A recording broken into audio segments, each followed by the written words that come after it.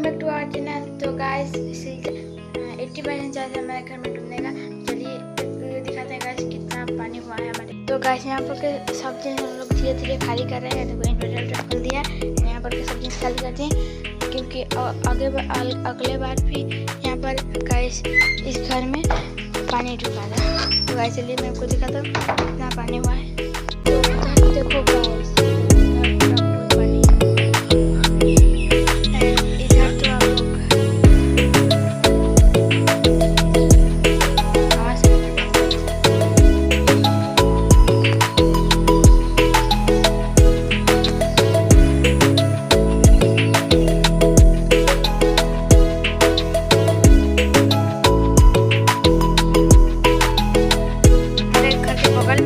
वहाँ पर है नदी, मैं आपको दिखाता हूँ। वो उधर है नदी एंड बस इधर तो पूरा पानी से भर चुका है, आप लोग देख सकते हो।